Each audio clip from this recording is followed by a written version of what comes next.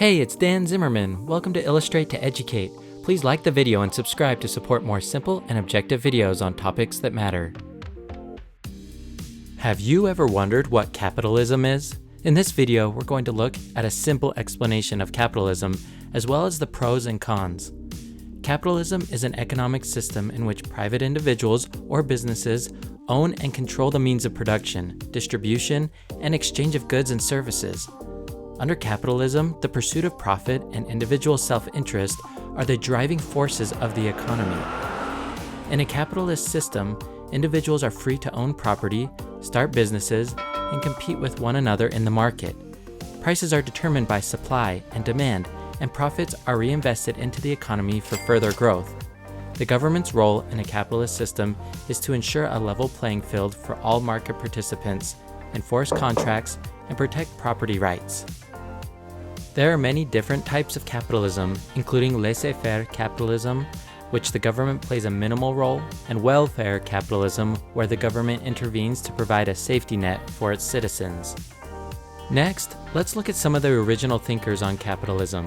One of the most famous books on capitalism is The Wealth of Nations by Adam Smith, which was published in 1776.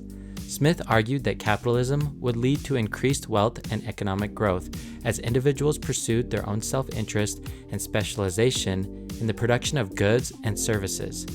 Another important thinker on capitalism is Karl Marx, who wrote Das Kapital in 1867. Marx saw capitalism as a system that exploited workers and concentrated wealth in the hands of a few capitalists. He argued that capitalism would eventually lead to its own downfall as workers became aware of their exploitation and revolted against the capitalist class. Next, let's look at the pros and cons of capitalism. Those who argue for capitalism say that it promotes innovation, entrepreneurship, and competition, which in turn leads to increased economic growth. They argue that this results in a higher standard of living for society as a whole.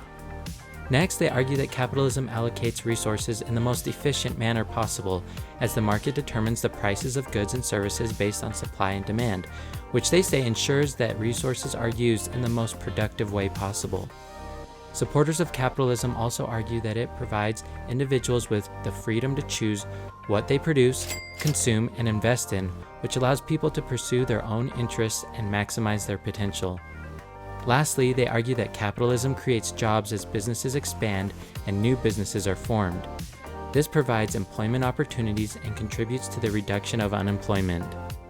Those on the other side of the debate argue that capitalism can lead to wealth and income inequality, as the rewards of economic growth may not be distributed evenly.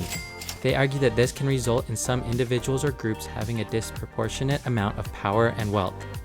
Next, they point out that capitalism may allow for the exploitation of workers, as businesses may pay low wages and offer poor working conditions in order to increase profits. Those against capitalism point that it can have negative environmental impacts as businesses prioritize profits over environmental concerns. This can lead to pollution and the degradation of natural resources. Lastly, those against capitalism argue that it can be subject to economic cycles of booms and busts, which can lead to economic instability and uncertainty.